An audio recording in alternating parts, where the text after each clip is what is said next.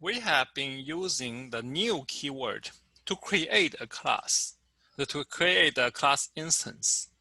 But classes, by default, will just create an empty space for users to use setters to set the instance fields. Classes can also have special methods called constructors. Constructor is a method that is automatically called when the object is created. Constructors are used to perform operations at the time an object is created and typically initialize instance fields and perform other object initialization tasks. So like when you're creating a rectangle, instead of creating a blank rectangle and set the length and width later on, you will use a constructor to have two parameters, length and width, to directly set the length and width inside the newly created rectangle. Constructors have a few special properties that set them apart from normal methods, and you have to follow this, otherwise you will run into error. Constructors have the same name as a class and no return type and do not return any value. And they are typically public. This is the example. It has the same name, no return value, no return type, not return any value, no return type, same name, and typically public. If you have a private, usually constructor is called when you want to create an object, right? And apparently you will create this object outside of the class. Otherwise, why would you write the constructor for? So that's why it's usually public. And here you can see two values are passed in, and rectangles member fields are set as the same as the parameter. So let me bring up chapter 8. I believe there's the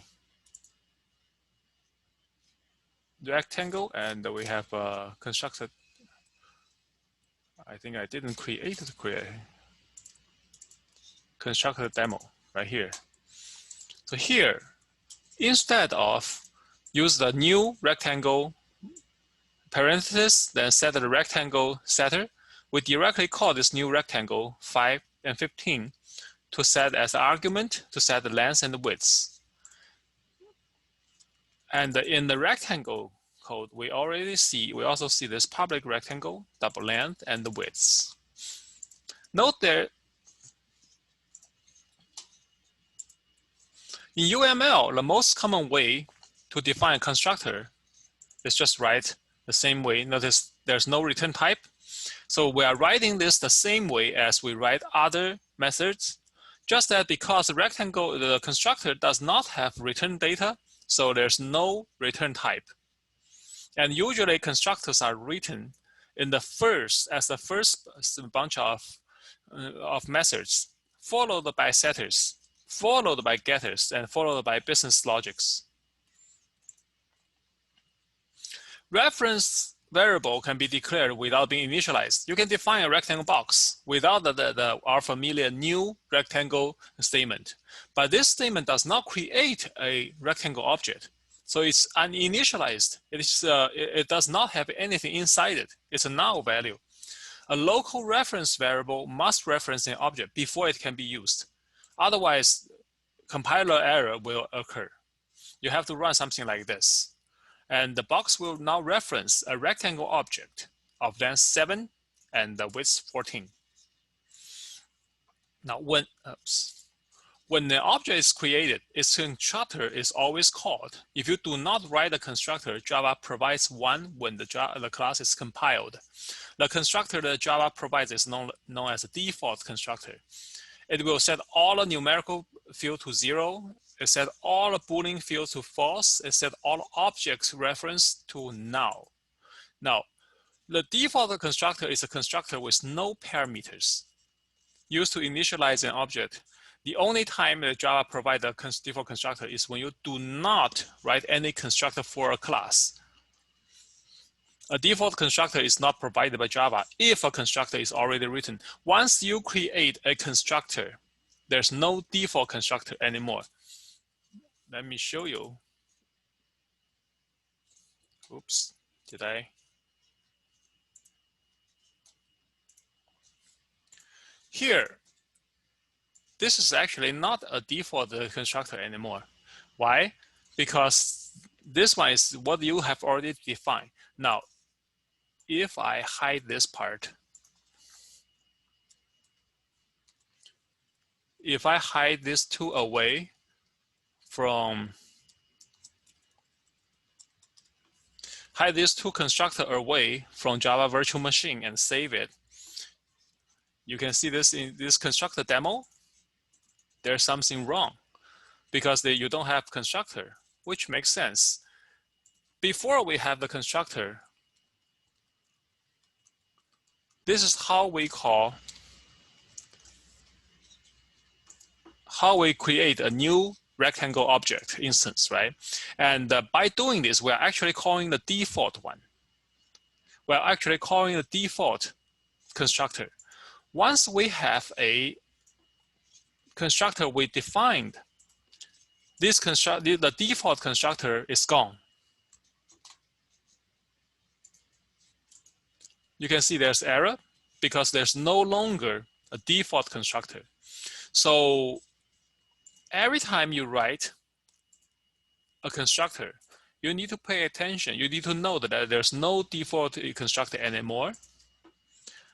If you want to have a backward compatibility, you want to make sure, since this statement still works, you need to create one that looks like the default constructor and serve the same purpose as default constructor, right? So this is a rectangle constructor and a constructor that serves as the default constructor.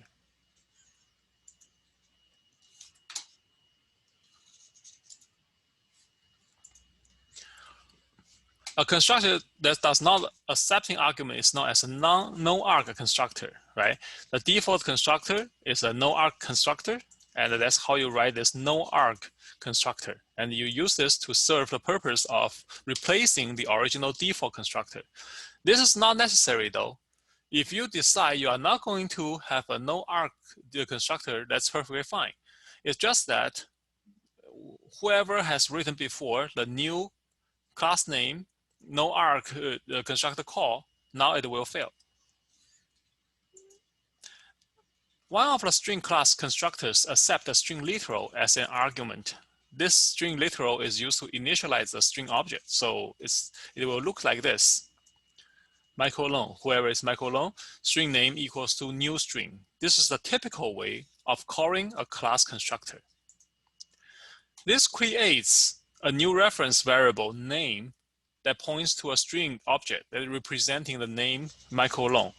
So this string will be stored somewhere in the memory, and this name will be pointing, variable name will be pointing to this Michael Long string. Somewhere this name will contain, this variable will contain the address of this Michael Long string. By the way, this is a good example of bad naming.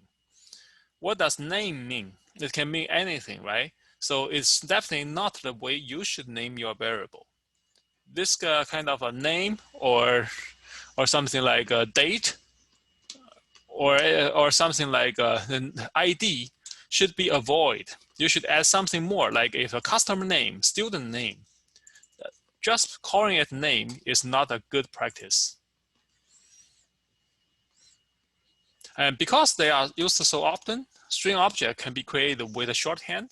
So this so this statement is perfectly valid and is what we have been using. But you just need to keep in mind that this name string is not a primitive data type. Behind the scene, Java compiler is actually converting your statement to this new string. It's actually implicitly introduce the new keyword and create a class for you. And you can also use something called this. This reference can be used to call a constructor from another constructor. So this constructor would allow an instance of the stock class to be created use only the symbol name as a parameter. And this is rather advanced. So we're not going to get into deep referencing this. If this is the user constructor, it must be a first statement in the constructor, right? This reference, fundamentally, it's a name for instance to reference itself. That's why you can use this constructor.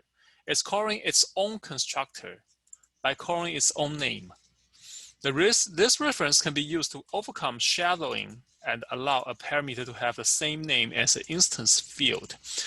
What is the shadowing? Shadowing is when you have a parameter name that is the same as the instance field.